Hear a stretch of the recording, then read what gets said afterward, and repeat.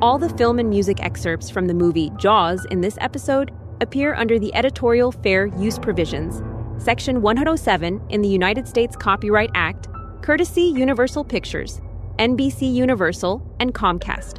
Original copyright 1975. It is early 1975. Two important people meet in a screening room to review the trailer for a new film called Jaws. One is the president of Universal Studios, Sidney Sheinberg. The other is film editor Verna Fields, considered to be among the best film editors in Hollywood. And unusually, she is a woman. Abe, where the hell is Verna? She cut this movie and the trailer. Sid, how are you, my dearest friend? Cut the crap, Verna. You're late. You know I'm right on time, you big studio prick. Yeah, well, you're the biggest bitch in Hollywood. Then I guess we're well matched then. I told you to keep an eye on my boy Spielberg, but I see he somehow went 100 days over schedule and quadrupled his budget to $12 million. My studio is now mortgaged to the hilt, and my whole career hangs in the balance. Boo! Big shot. It wasn't my idea to hire a 20-something frat boy from UC Long Beach to direct a big movie, Sid. That was all you. Remember, I warned you up front, and I did my best to keep him in line. You agreed with me that he was very talented. He is talented, very talented, but this movie isn't a TV episode of Columbo. You moved him up too fast, Sid. He was in over his head from the get-go. I had to nurse him like a baby to get us through this ordeal. Don't start with me on the mechanical shark crap, Verna. It wasn't my call. Oh, the crappy malfunctioning shark wasn't the half of it, Sid. Try shooting on the fucking unpredictable ocean off Cape Cod. Ever hear of nor'easters? And try working when one of your main actors is a raging alcoholic and drug addict. You stupidly gave Steven a blank check without any adult supervision except me. Is this your fourth pack today, Verna? Is there anywhere you don't smoke? Yeah, at church. But I sneak out during the homily for a quick one. You know I worry about you, Verna. Your health. You do? This trailer and movie better be good, Verna, or you and I are both completely dead in this town. I hope you're not above flipping burgers for a living. I know. I know. And I'm not. But believe me, this film is amazing. The best you've ever seen in your life. Better be. Abe, roll the trailer, please. There is a creature alive today who has survived millions of years of evolution without change, without passion, and without logic. It lives to kill. A mindless eating machine. It will attack and devour anything. It is as if God created the devil and gave him jaws. Abe, pause it, please. What the hell, Sid? What is that music? It's suspense music, Sid. Steven and I think it's great. We tried 43 different versions, and this one was the best. Really? What idiot wrote this music? His name is John Williams. He won an Academy Award 2 years ago and just wrote the music for The Towering Inferno, which made $1 gazillion last year. He is the best. Really? Well, look, I'm somewhat of an expert on music. There's this new thing called disco. Have you heard of it? It's all the rage with our target audience. What? Abe, can you cue up some disco for Mrs. Fields? No, stop it, Abe. This is a horror picture, Sid, not a rom-com. Think Hitchcock's Psycho, no disco, understand? I'm the head of this studio, Verna, and you're just some little editor person. That's right, Sid. The same little editor person that made your tiny $300,000 movie, American Graffiti, into a $200 million hit only 18 months ago. Remember that? We temporarily saved both your jobs and your precious studio. Now, I need you to sign off on this trailer, Sid. Marketing needs to start running it a week from now. And then just go back to your office and get your daily pick-me-up from your secretary. Can you do that? You better be right about this, Verna. I am right. But if I'm not, we're both toast anyway. So let us just all do our jobs and wait and see. We premiere in just 4 weeks. Bitch. Prick. True crime. Sex. Political conspiracy. Celebrity gossip. Murder. UFOs. Crooked officials. The occult. Assassination. Courtroom drama. Rape. Corporate scams. Scandal Sheets. Hello, everyone, and welcome to Scandal Sheet. My name is Thad Helsley, and today we are celebrating the 50th birthday of one of the best-known, influential, and successful movies of all time. And that movie is the perennial summer favorite, Jaws. Now, what is so scandalous about being one of the greatest movies of all time? We're going to get to that. And to help me pursue this fantastic story, I am joined by my amazing co-host, Anuradha. Anuradha, how are you? I'm doing well, Thad. I'm excited to be talking about this movie. Even though it's a little bit before my time, I did watch it. So... Okay, yeah, good. Yeah, watched it a long time it is ago. very much before your time, like almost 20 years, I think. Yeah. I watched it when I was 9. Oh, okay. And it was some crazy shit. That's the miracle of cable, is that it lives forever. It's like the Godfather movies. But anyways, and we are delighted to again welcome back our friend John HOEKSTRA. Now, John HOEKSTRA is the composer for most of the music on this pod, and he's also appeared several times as both a guest and in the dramatic vignettes that we do in our cold opens. He's made many appearances there. So welcome back to the pod, John. Yay! Thank you, Pat. Thank you. Does this get me closer to like my statute of limitations where you can't blackmail me for the dirt from my youth now? Like it's one more episode, Yeah. Well, that's the great thing about blackmail is that it never ends, right? Because no matter what you promise, it's like, okay, look, if you give me $1 million, I'll never say anything. And then next month, it's like, okay, one more time. The gift I'm going to tell you. Tell everybody about you and that pony down at the stable. But hey, I was in high school, okay? Give me a break, all right? Yeah. I was pledging a fraternity. Right. Yeah, it was only like most of the bottle of rum. It wasn't the whole thing. Yeah. Okay, all right, here we go. So first, I just want to ask you how you guys, so here we are in the middle of this unbelievably, wickedly hot summer. How are you guys enjoying it? Great. Yeah. Yeah, well, Great. You're in Maine, so this is like the best time of the year for you, right? Yes. I mean, because you can actually go outside now. Yeah. Okay. Unlike Crazy. DC. Yeah. Oh, yeah. But Anuradha and I, it's just like every day is like the surface of the sun or something. So It's annoying. Like, literally, I finally have my deck, that took set about up. 3 years to make, right? Yeah, it took freaking forever because the contractor's like, oh yeah, it'll be done next month. And then next month comes and he's like, psych! Next month. It took freaking forever. Finally, we're here. And now the freaking sun is too hot. I can't even be out there for too long. You know, I mean, I still go out there, but Well, very hot. September will come and then you can start grilling again. But I know. I'm going to start my summer grilling in like August or September. Yeah, right. And of course, no episode of Scandal Sheet would be complete without our artificial intelligence engine, Bernice.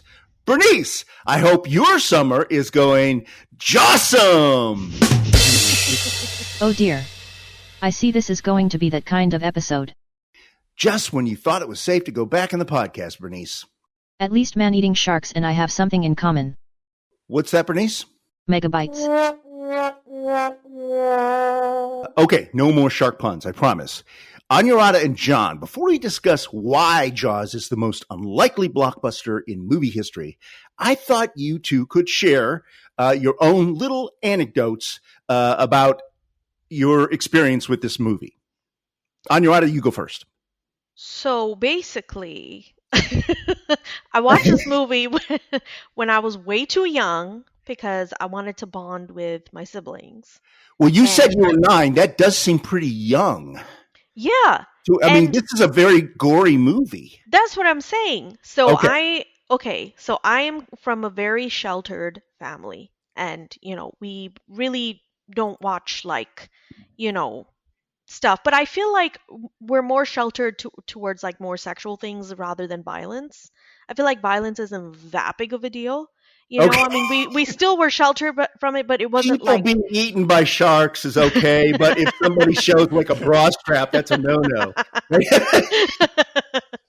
No, but it's like, I don't know, like it was still a big deal, but not totally as get crazy. it. You know what I totally mean? get it. Yeah, you're. I mean, it's. I grew up like in a Catholic household, so I know exactly that kind of. Yeah, exactly. Because because like as a girl, you know what I mean. Like they don't want to, you don't want to see like really sexual things at a very young age. That was kind of like the thing. But with like this movie, I remember I really wanted to like hang out with my siblings, do something cool. So we watched it, and I remember after that, because it was Kenya, we were all really young, people started making shit up. So they would be like oh yeah, like so and so, like in school they'd be like, yeah, so and so went to the beach this summer and they never came back, they got eaten. Like people just literally started making shit up. And in Kenya, like where the ocean area is, there's a huge coral reef, so sharks actually can't come out to like where you are. Like you have to really go beyond the coral to even see anything. So I remember we were like kind of scared for a little bit, especially in dark water. You know what I mean? Even now, like if I swim, like I don't think I would ever swim in the middle of the night, like in like a pool. Not because I think there's a shark coming, but maybe because I think there's a shark coming. You know what I mean? Like you don't know. It does seem, yeah. I mean, there's no lifeguards, there's no anything. I mean, that girl just jumping in there naked. I don't know. Exactly. Like it's I think the mind boggling like what is in there. You know what I mean? Like I'm telling you, even now, I would not swim at night if a pool was not lit up. If a pool was pitch dark, I would not swim at night. So when you're watching an American-made movie in Kenya, do they dub it? Do they subtitle it? Is it in Swahili? I mean, what? No. Yeah, no, it's just in English. Yeah, Okay. yeah, it's just in English. But a lot of the movies were like from the BBC channel. So the British Broadcasting Channel. So like it was cool, I don't remember a ton, but I do remember certain scenes, that kind of stuck with me. And of course there were certain scenes like if it, back in that time, if there would be nudity or whatever like that, we would like shut our eyes and that kind of thing because, sheltered, but I think it was very common like for that time for a lot of Indian kids to have to shut their eyes during things like that. So I was one of them. How about you, John? I saw it when it first came out. I remember I went to the theater with my older sister, Kathy. Yeah. And it was really number one, it scared the hell out of me, like it did everybody in the theater, especially when Ben Gardner's head comes out of the hole in that hole in the hull of the boat. That was the scream shot. Yeah. Because it was so, I mean, even though you knew something was going to happen, it was like, dude, you're literally going to go into the water at night, when there's a big bite taken out of, it's like, no, everybody's like screaming, no, stupid. It's like, don't go into the basement of the haunted house. Yeah, exactly.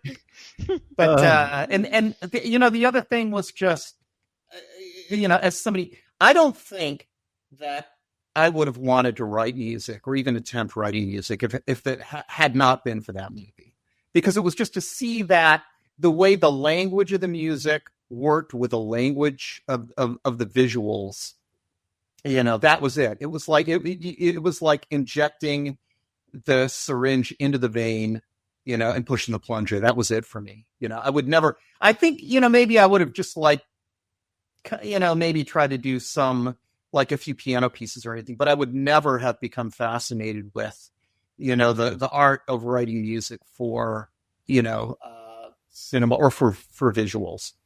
Mm-hmm. So that was your nirvana, like, That was it. That's cool. That was the bug right there. Yeah, well, that's similar for me. I mean, that's what convinced me to go into filmmaking, because it was right after that I started making films. I was in 5th grade, I think. And borrowed a Super 8 movie camera from one of my friends' dads that was like a coach for a junior high school football team or something like that. So that's what did it for me. So, Bernice, before we get started, Bernice, could you give us a little background on Jaws? Of course.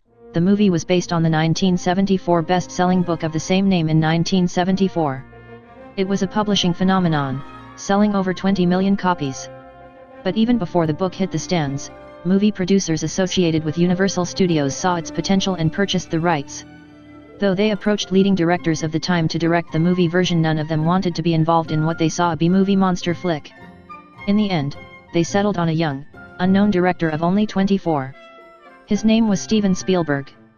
Up until that time he had done mostly TV episodes and 2 small movies that were not complex. He was an unlikely choice for a big-budget project of this scale. In addition, in their enthusiasm to license the book, the producers did not think through how to photograph a 25-foot shark causing all this death and chaos. This is 19 years before the advent of convincing computer-generated imagery, or CGI. This would become a major problem down the line. Lack of a finished script and other issues pushed the shooting schedule from 55 days to 159 days, and the budget swelled from $3.5 million to $12 million. Okay, so we've got these stupid producers that spend their last dollar to make a shark monster movie. So we're off to a great start. Anuradha, let's start with the director. Of course, everybody knows Steven Spielberg today, but in 1974, he was a nobody with very little experience. So he was a strange choice, huh? Yeah, I mean, in fact, Spielberg actually initially turned down Jaws because he thought it was too similar to this TV movie he made called Duel, about a guy in a truck chasing a man in a car on the highway in the desert. Because, this is exactly the same damn thing. No, I can't, because it's, I'm already making a movie about a man chasing a man. I can't do a shark chasing a man. Come on.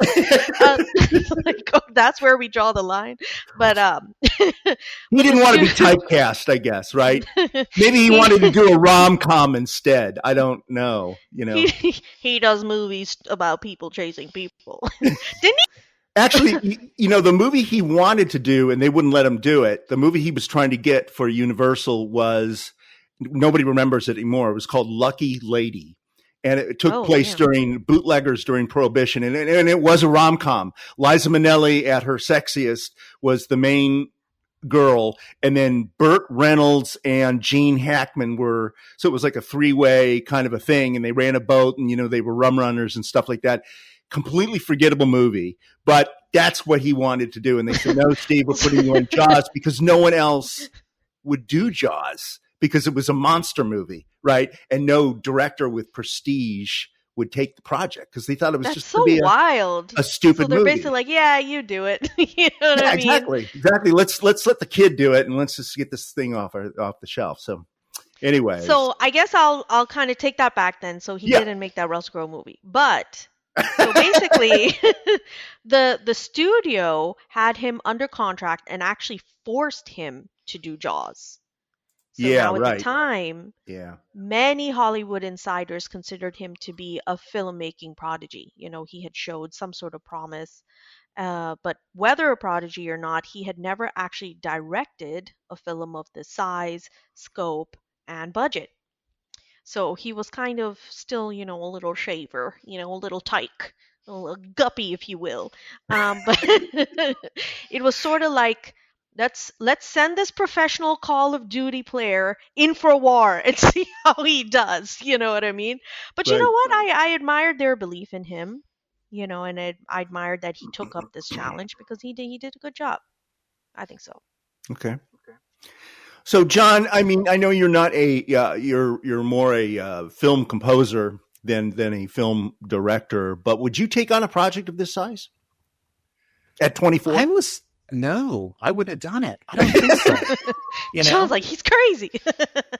The logistics, and I mean, he was incredibly ambitious to undertake this. Now he did Sugarland Express. He did. Was it a year or two before? Like a year before? Right. But I think it was but that was two people in a police car, right? Or two people in a car being chased by the police on a road. So again, it's just like, I just like to do movies about people being chased on the highway. But I draw the line when a shark is chasing someone in water. That's too similar. No biting. But that's what my girlfriend always says. No biting. That was another one of those situations where it was like his youth, and I don't know if I want to say naivete or whatever, but his outlook on it, this ambition to shoot on the ocean, and not in a backlot, not in like a swimming pool. They did do some shots in a backlot and swimming pool, but to shoot the majority, in the open Atlantic, was incredibly ambitious, and fraught with its own problems that wouldn't have happened if it had been like an older, more seasoned director. They would have just gone with a studio in a backlot, They wouldn't have. They wouldn't have said, "What? Film on open water? You got to be kidding me!" Forget it. I'm not going to try that. And not Steven. Man, he wanted that authenticity. Oh, Steven. Yeah. And Anuradha, you probably don't know this, but John and I and a few other kids in high school made a feature-length movie, and even though we were in it a little bit ourselves, most of the people in it, 90% of the stuff, were adult actors from like the local community theater and dinner theater and stuff like that. And it won an award for best student film at the Chicago International Film Festival that year. So that's crazy. So that sort of seemed, at the time, that seemed pretty crazy when we did that. Wouldn't you say, John? I mean, and it took a lot longer than we thought. We thought we could shoot it in the summer, and it took about a year to do.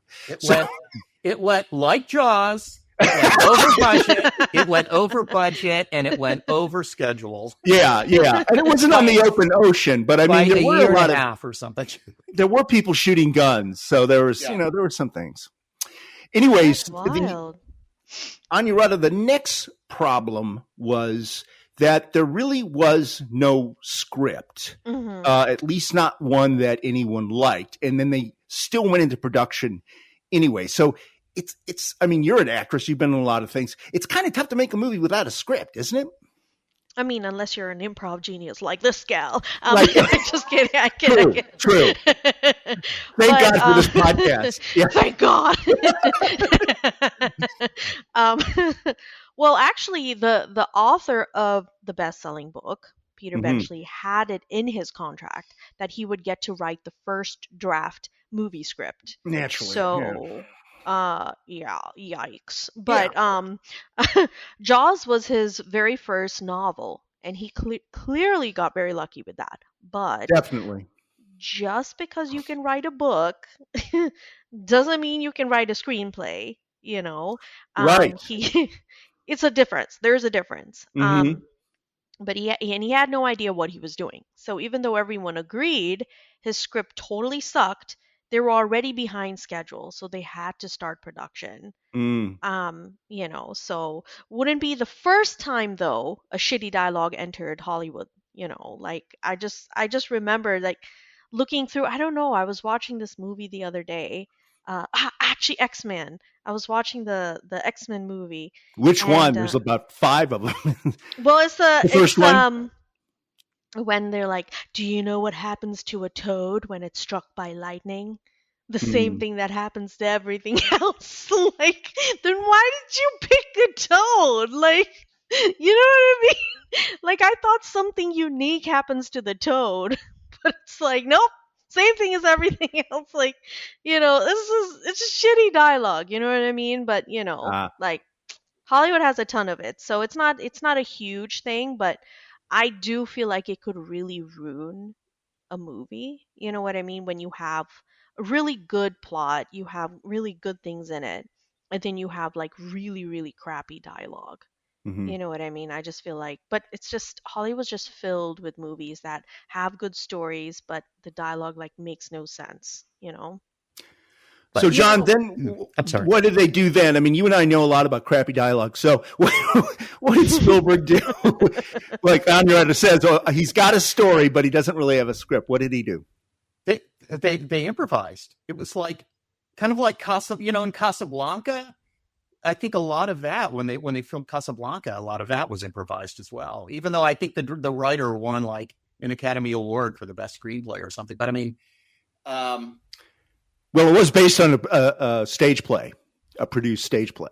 Yeah, it was based on but I seem to remember in my faulty aging memory, that them having to improvise a lot of the dialogue in that, and also I think that they were kind of flying by the seat of their pants. I mean, they were like, Right. If they were writing any dialogue, they were writing it like the night before. Right.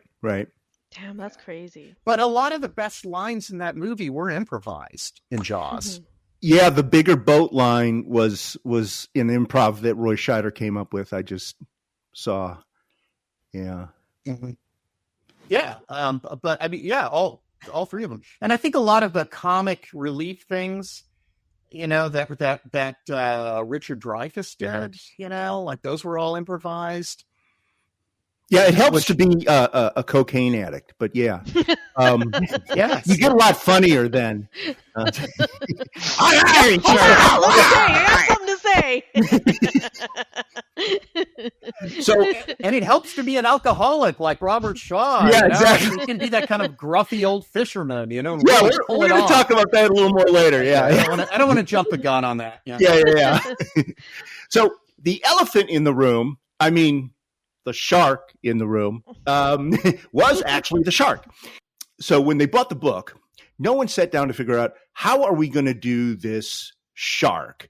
Because real sharks don't grow to be 25 feet long. That was sort of made up.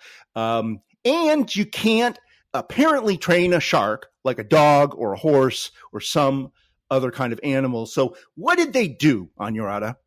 So Bruce was actually the shark's name in the movie. I thought it was really cool because Steven Spielberg named Bruce after his lawyer, Bruce Raymer, who, spoiler alert, he actually looks like a shark. Have you ever seen this guy's face? He like literally looks like a shark. It's hilarious. We'll have to put that in the video version then. Yeah, picture Bruce Raymer. Isn't that, either he took it as a really big compliment or he took it as like a huge insult. Like, yeah, I'm going to put you in the movie. You're going to be the shark, But, so I thought that was interesting. 3 full-sized mechanical sharks were built for the film. 1 full-body version, 1 for right side views and 1 for left side views because, the shark didn't like certain angles. So they created different sharks for that. No, but I thought that was interesting. Like literally, they blew $1.5 million to build these sharks. That's a lot of dough. That's a lot of dough in $1975. Yeah, that's a lot of money with for a new plastic shark. freaking producer. Yeah. or whatever, Director. and you're spending $1.5 million for that time. Like, they had a lot of faith in this guy, so that's crazy. Mm-hmm. So now with the shark himself, with Bruce, who's, spoiler alert, that's actually the name of my car. My car's name is Bruce Wayne. But anyways, Oh, Bruce wow. was, so we call him Brucey. But Brucey. Bruce was powered by pneumatic mechanisms, which actually often malfunctioned in the saltwater environment of the Atlantic Ocean. Right. So, I don't know what's scarier, a shark coming at you or a shark that looks like he's freaking the fuck out coming at you. Like malfunctioning and stuff. Right. Sort of an out-of-control robot just coming your way. It just happens to have razor-sharp teeth. A horror film within a horror film. You're going to turn that thing off. Turn the thing off. Is he okay? It's programmed to kill people. What? That's so funny. Yeah. But yeah, no. So, couple of things that needed to be, solved. The salt water actually caused the shark's wiring, hydraulics, and skin to corrode. So add that. Not only is this shark freaking the hell out, he's also rusty. Like, got brown crap all over him. But it also led to frequent malfunctions and delays. So not only was the movie already behind, then you have more delays because Sharky over there keeps getting brown and freaking out and all that stuff. Right. Richard Dreyfuss, who plays Matt Hooper in the movie, tells the story that they would all be ready to shoot and the camera would be rolling, and then all of a sudden you would hear on walkie-talkies everywhere, the shark's not working, and then there would be a delay. So interesting stuff that movie actually, went through. It took almost as long as my damn deck to get done. Just saying. And cost about the same amount of money, right? True that. What do you mean $12 million for a deck? Well, it was the umbrella, The umbrella goes over it. Well, we put a stain on it. Come on. It'll be good for 6 months, I swear. So, John, with the shark not working most of the time, Spielberg obviously had to improvise in order to make any forward motion whatsoever. So what did he do? Well, it depends on the scene. That, for instance, when Chrissy is skinny dipping and he's the shark's first victim, they had, she was in a harness, and they had, there was 2 ropes tied to her harness, kind of pulled in different directions, and this one crew, like crew A, would pull the rope in one direction, then crew B would pull the rope in another, and so you just have this. That's why her head and shoulders would just be like going back and forth, and which is a heck of a lot scarier. That's like this weird, like demonic possession kind of thing, as opposed to just actually seeing a shark, mechanical or otherwise, doing the pulling. Yeah, you don't even see a fin. So, I mean, obviously you saw the movie poster when you walked in, but I mean, there's nothing that sort of in the thing that would suggest that it was necessarily a shark. It could have been a giant jellyfish or something. Could have been anything. But you're right. I mean, that's what made it so scary, is just her moving through. Of course, her acting, I think. Oh yeah. Like, oh God, please save me. I mean, it's just like scary as hell. Yeah. But that's when that guy's taking his sweet time, freaking getting to the water. I'm coming. Coming. Thinking he's gonna get lucky. I just can't walk. Doing push-ups, thinking he's like about to have his moment. Yeah. I mean, there are so many instances. Well, you don't actually get a glimpse of the shark or a really good sighting of the shark until 55 minutes into the movie. So everything up until then is very suggestive and just leaves a lot to the imagination. And that's why it's so damn scary. And it's probably reasonable to say that if he had not been having all those mechanical problems with Bruce, and they would have done the testing and gotten the thing up and working and been able to show the shark from the get-go, it would not have been nearly as good a film. Yeah. Built just aesthetically. Just aesthetically. Yeah. It forced them to be more creative, in other words, right? Yeah. Yeah, I mean, built that suspense, I think. I mean, even after you get a glimpse of them, like you said, like there's, the first time you get a glimpse of him is when Roy Scheider is throwing the chum in the water, and then he only for 2 seconds, comes up and then goes back down again. And then you don't see him again until like the end of the movie. But there's all that business with the barrels, and and they're chasing him around and shooting him with barrels and stuff like that. And you're like, wow, you really felt like something was going on, even though it was a guy in a motorboat off camera pulling a bunch of barrels. Yeah, because you're a man. Well, see, this is that was the shark, Yeah, it all ties in with the original picture on the paperback book. Okay, you got the nude lady, she's swimming, and you have this shark the size of like a mobile home, about to just completely come up, and she's unaware, and the shark is going to swallow her. Yeah, the proportions were a tad exaggerated, right? But, but still, it's just like when you're looking out at the ocean, it's like you don't know what's below the surface. It could be anything, and it really, that's Steven Spielberg's like camera work really fed into that fear and phobia of the unknown, of what's underneath the surface that you can't see, Right. Agreed. So, Anuradha, we'd sort of mentioned substances earlier. So, I mean, this was they're shooting in 1974. This is the era of sex, drugs, and rock and roll, and they're shooting in a summer resort community, Martha's Vineyard, which was already, kind of a party town. People come there to have fun. When we did the Wizard of Oz episode last year, you admitted that you would have partied with the little people back in 1938. Hell. But you remember that. So I'm just wondering, so what do you think about these guys? I mean, did controlled substances cause any problems on this shoot? I mean, apparently I feel like it helped him. Like, you got the one guy, because there's no lines, so clearly you have to be kind of out of your mind and, like, ready to, like, think on the spot to, like, come up with something cool to say. So you got this one guy, freaking, what was he? He was doing, like, coke or whatever. Yeah, Dreyfus was doing coke, yeah. Yeah, so, he's coming up with some cool lines, and you got Drunky Drunk over there coming up with some cool lines. So I feel like freaking, if anything, it probably helped him. You know what I mean? But I don't know, like Robert Shaw, who brilliantly plays Quint when sober, but, maybe when a little drunk, who knows, sometimes had to be propped up by 2 grips, as he couldn't even stand on his own. So I can see that being an issue. You know what I mean? Like when you take it too far and then you overindulge, then it becomes too much. But I feel like just at the beginning... Mr. Shaw, could you please do that again without slurring the lines, please? Without peeing in the water? Yeah.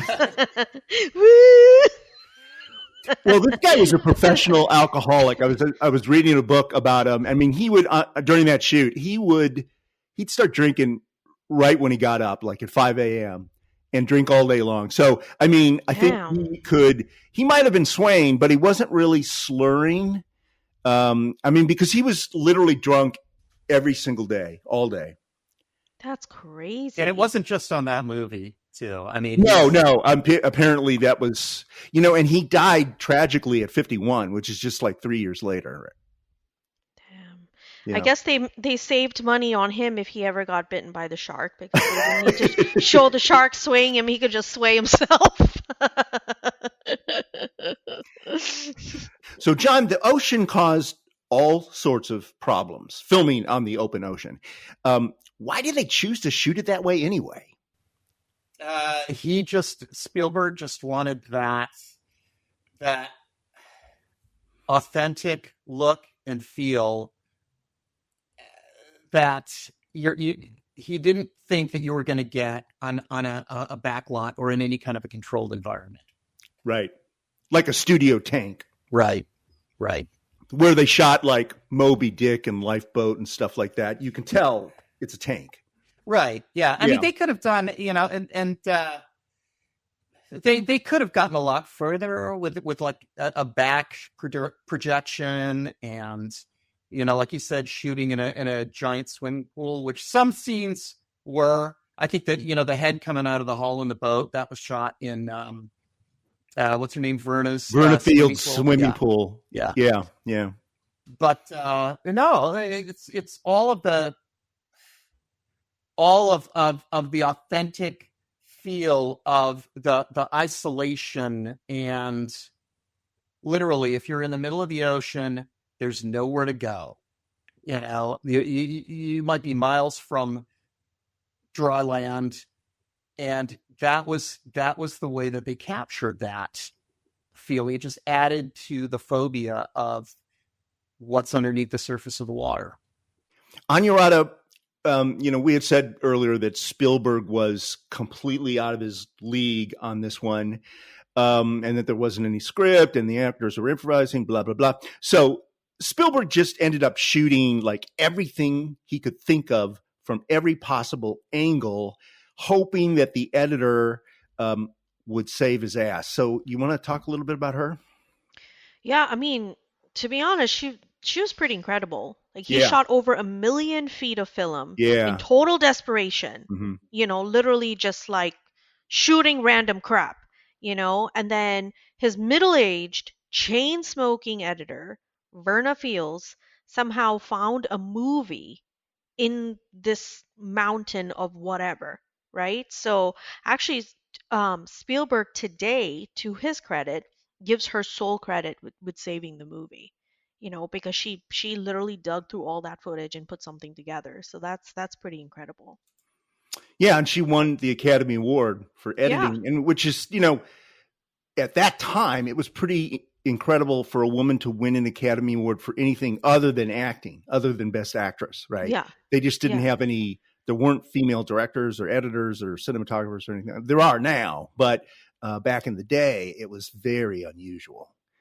So anyways, I mean, we've been, talking for the last few minutes. We've been shit talking every aspect of this production. And, I'm reminded of the movie, which came out only 5 years after this one, called Heaven's Gate, which John may remember because I may have seen it with you and some other people from high school or something. But you probably don't remember it, Anuradha, because it was the biggest flop in the history of movies. Oh, it was before my time. Yeah. It was called Heaven's Gate. You may have heard people, sort of refer to it like, because it destroyed United Artists Studio. It absolutely destroyed the studio. So it was just the biggest flop ever. And people thought this was going to be a flop too, just because everything was going wrong. And of course, now in hindsight, unexpectedly did have a extremely happy ending for the studio. Didn't it, Bernice? Yes. Despite rumors of impending disaster, Jaws became the most financially successful movie in history, up until that time. In inflation-adjusted dollars today, it made $2.5 billion in just the first year. This was before VHS, DVD, HBO, streaming, etc. So, more billions came later. But Jaws' box office dominance was surpassed only 2 years later in 1977 by the first Star Wars movie. But Jaws single-handedly saved Universal Studios, which was on the edge of solvency at the time. Jaws remade Universal and is currently the most important movie studio in the world today. Anuradha and John, at its heart, this is a monster movie, pure and simple. So it is that. But it also owes a great deal to like the literary classic Moby Dick. And it's considered to be very artistic and thoughtful in its character-driven style, and a lot of that's the improv. But what do you guys think? I mean, is it a good movie, or is it just a thriller, a Frankenstein movie? I feel like it's a very interesting movie. I think it was a good movie because it played on so many different things, right? You have the fear, you have all those things kind of added into it. Probably,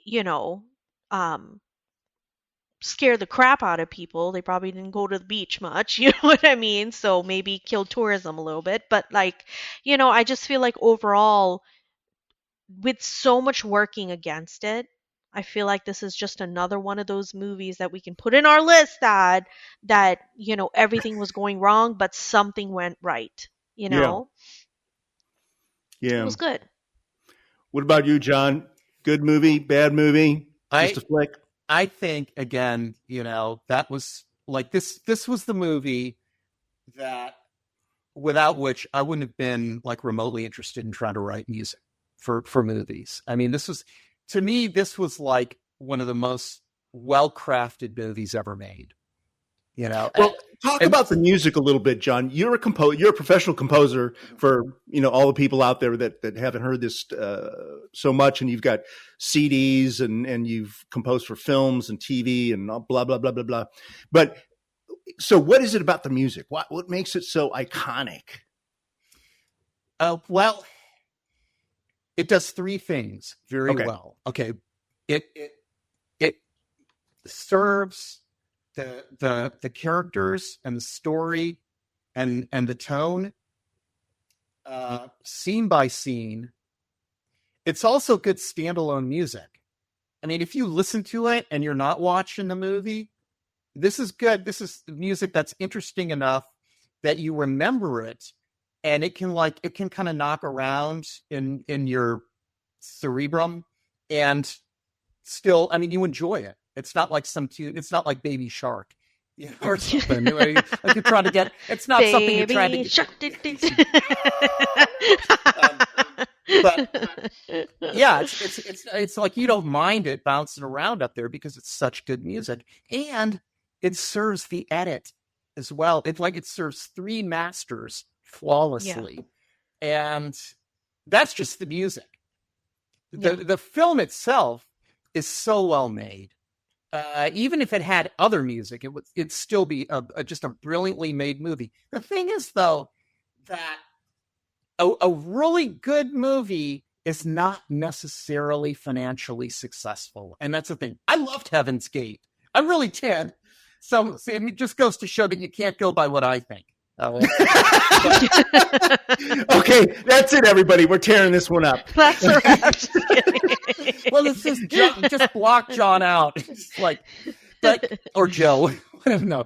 But anyway, yeah, it's like look at Orson Welles movies. I mean, like, did they make a lot of money? I don't know. They didn't, but they're considered some of the best movies ever made. And that's the way I feel about Jaws. I just feel like, in terms of the craft of filmmaking, it's like the pinnacle example of what to do. Music aside, without even the music. Mm-hmm. So Anuradha, I'm sorry. Go ahead. I'm sorry. Go ahead. What Anuradha was saying, sometimes there's this element called luck and timing. We were talking about John Williams, and actually, John Williams first worked with Spielberg on Sugarland Express, and Spielberg was trying to get Billy Goldstein, who did the music for Duel. And Billy Goldstein couldn't do it because it was like he was in the middle of Sweeps Week and he was busy doing television scores. He just said, I can't do it. And so they got this they didn't know who John Williams was, but that if it hadn't been for that kind of chance coupling, there wouldn't have been the same music for, Close Encounters. Williams wouldn't have been introduced to George Lucas. There would be no Star Wars score. There would be no conductor of the Boston Pops. There would, it's like everything that came just was started from some chance, like, oh, this guy can't do it. Let's get this other guy, Yeah. Mm-hmm. It was like Spielberg, a young director. Everybody was young. The only guy who was old was Robert Shaw, but everybody was kind of young and inexperienced. Well, John Williams, he had a lot of experience. And the producers were old guys, or at least in their 50s and 60s. I mean, they had experience. They had just done The Sting, so they were not, and that had been a hit movie and won an Academy Award and everything. But but it was just like, they were like the daycare, teacher or whatever. So, Is there anybody on the set who's sober? Anyone? Anyone? Actually, Spielberg was a nerd. He was just well known for not like, oh, can I? Oh, I have a sip of beer, but that's okay. That's all I need. Oh boy, this And you is know the what? strong one. He was the one. At the end of the day, he was the one who seriously needed a drink. Probably. Oh yeah. Yeah, Probably. He was the one who suffered the most. Yeah. Like the shark malfunctioned again, Steve. Ah, Well, goddamn, and he just was give me that. in fear of being fired constantly, by his own admission. So, Or just having the movie pulled, just having the studio say, "That's it, wrap it up, Right. come back home." right now the insurance. So I was reading. So Verna Fields talks about this. So remember Chief Brody's wife, Lorraine Gray? the actress is Lorraine Gray or something. Yeah. Okay. She in real life, she's the wife of the head of Universal Studios, Sid Sheinberg. So, Oh damn. you think he's going to shut down his wife's movie? How did she get that job in the first place? So, That's good. called insurance. Wow. Anyways, nothing against her. I thought she was great, and Yeah. I thought she was gorgeous in the movie. Man, it's the first time I, said, "Oh my God, she's so gorgeous." But anyways, Anuradha, is there anything else you wanted to say? You had sent me a text. I thought there was going to be. I thought you were going to be a bit more of a potty mouth, but I said freak the fuck out. Okay. Is there anything else you wanted to add? So I want to talk about Okay. how there's always a secret hidden message in horror movies. And Okay. it's In all horror movies? literally almost all horror movies, almost all gory movies, your libido will be your end.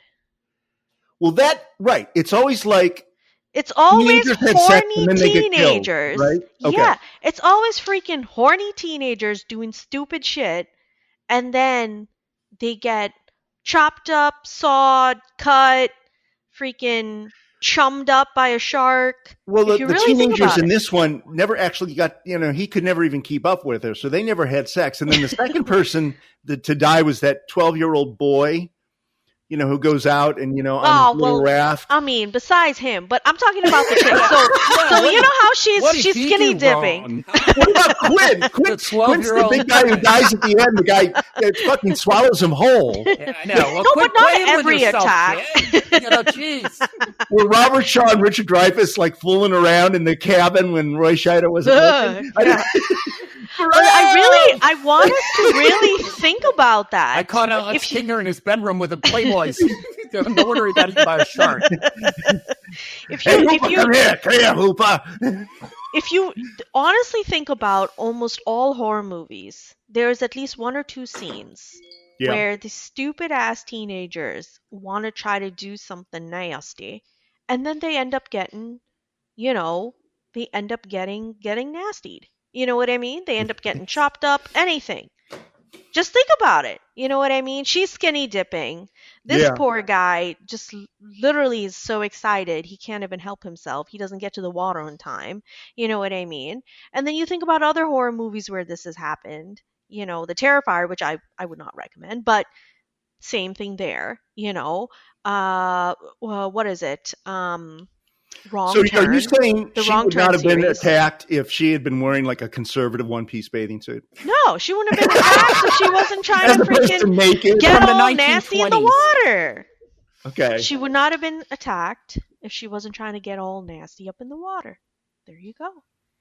Okay. Okay. All right. Okay. Incidentally, along those lines, the book was much nastier than the movie. The movie was like. Did the guy make it in time in the water? No. Well, in the book, for instance, Hooper has an affair with Chief Brody's wife.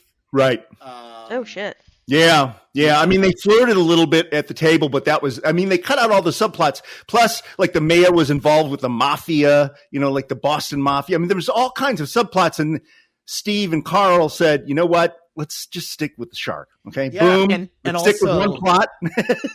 Yeah, and The shark's actually, the main attraction. Yeah, exactly.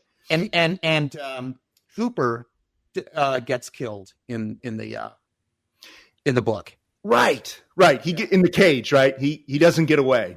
Right. Damn. Yeah. Well, there you go. Oba! Don't wait for me! Come on, Oba, tie it off! Anyway, so guys, I guess that's it then. Thank you very much, both of you. Anuradha, of course, you're my my adorable, lovely co-host. John, we don't see you enough, but thank you so much for coming in on short notice and helping us out with this. And thank you for all the great music you do. And okay, guys, that's it. We did it. Put another one in That's the a book. wrap. Woo! Woo! Bye. Please follow or subscribe to Scandal Sheet on your favorite pod platform and share it with all your friends. We'd also love it if you'd leave us a shameless, over-the-top rave review on Apple Podcasts especially. That helps us build audience. And we would really appreciate it if you could support us on Patreon, where you can enjoy premium bonus content for less than the price of a cup of coffee at Starbucks. Just go to patreon.com/scandalsheet. Also, we want to hear from you. You can reach us online at Facebook or X, formerly Twitter, LinkedIn, or TikTok. Or just send us an email to scandalsheetpod@gmail.com. See you next time on Scandal Sheet! Copyright 2025. Thad Halkley Media, LLC, all rights reserved.